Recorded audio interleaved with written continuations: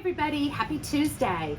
I'm back with a brand new story to share with you, and this book is Cinderella with Dogs. It's written by Linda Bailey and it's published by Nancy Paulson Books, and we want to thank them for allowing us to share this book with you today. So, we all know the story of Cinderella. Are you ready to find out what this book with dogs is all about? Let's get started. Cinderella with dogs.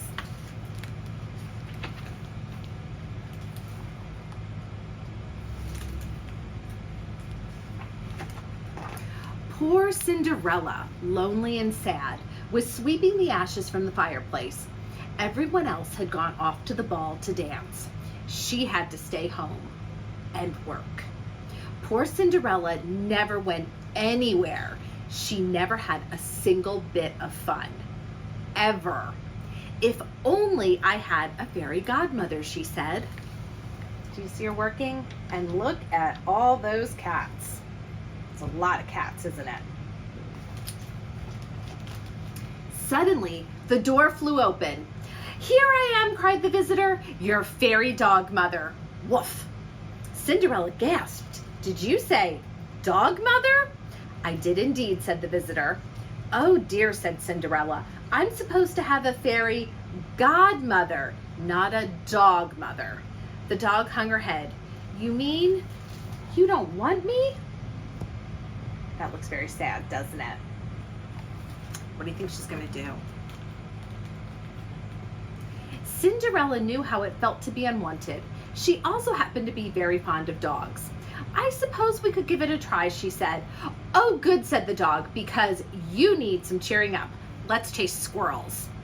"Squirrels?" asked Cinderella. But she followed the dog outside. Soon they were chasing squirrels all over the lawn. Cinderella was surprised to find that she did feel more cheerful.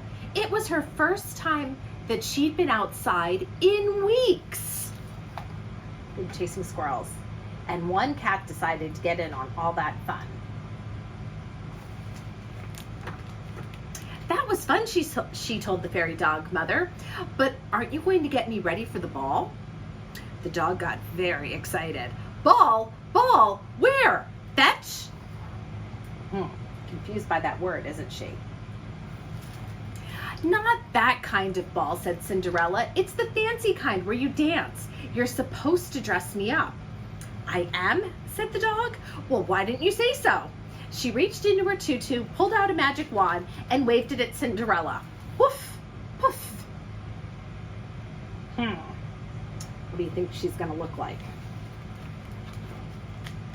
"Holy moly," said Cinderella. "What's this? Looks like an old dog blanket." "That's exactly what it is," said the fairy dog mother. "Doesn't it smell divine?" Cinderella gave it a sniff. It wasn't a regular ball gown, but it was cozy, and she did love the fleecy bits. So she smiled. See that? Dog blanket ball gown. "Perfect," the fairy dog mother said. "Now your hair." She waved her wand again. Poof! Woof! Cinderella ran to a mirror. "Oh my goodness," she said. "I look like a poodle." "You do?" cried the dog. "I'm so jealous." See that? Look at her hair. "What about shoes?" said Cinderella. "Overrated," said the fairy dog mother. "Somebody put booties on me once. They just fell right off." Cinderella shook her head. "I can't go to a ball barefoot." "Very well," said the dog, reaching into her tutu again. "I still have a couple of those booties." You see that? The cats are back. You know, Murphy and Charlie hate those booties too, just like this dog. "You look fabulous," said the fairy dog mother. "Time to go." "Go?" Cinderella asked. "Aren't you supposed to make me a fancy carriage with horses and footmen?" "I suppose I could," said the dog, "but it's so much more fun to run. Wouldn't you like a good run and a grand old howl on the way?"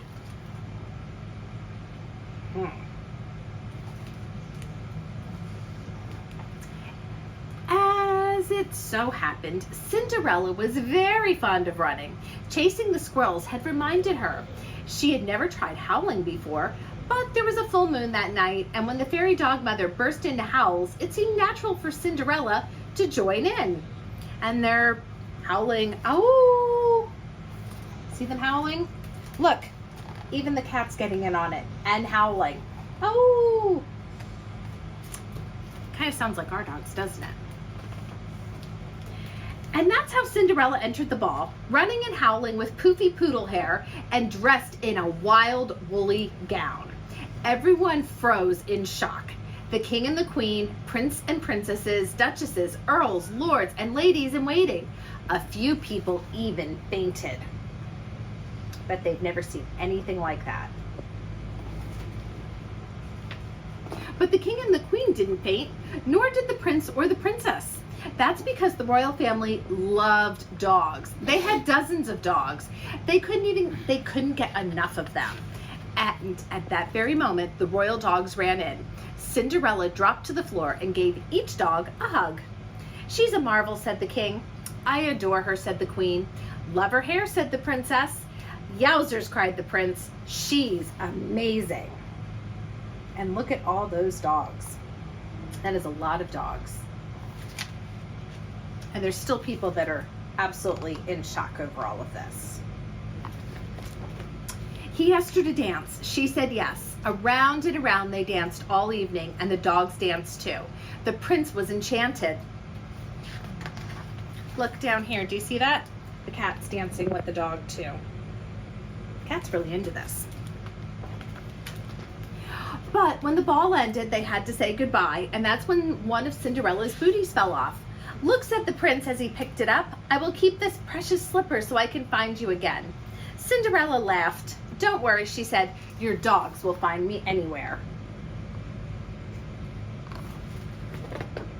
She was right. The very next day, the dogs tracked her down, and of course the booty fit her foot, and of course the prince asked her to marry him. "Well, thanks," said Cinderella, "but I hardly know you. Why don't we have some fun together instead? Have you ever chased squirrels?" And that's just what they did. And look, the cat's still with them, chasing squirrels. The end. So what did you think about this story? Did you like it? And let me know what your favorite part was.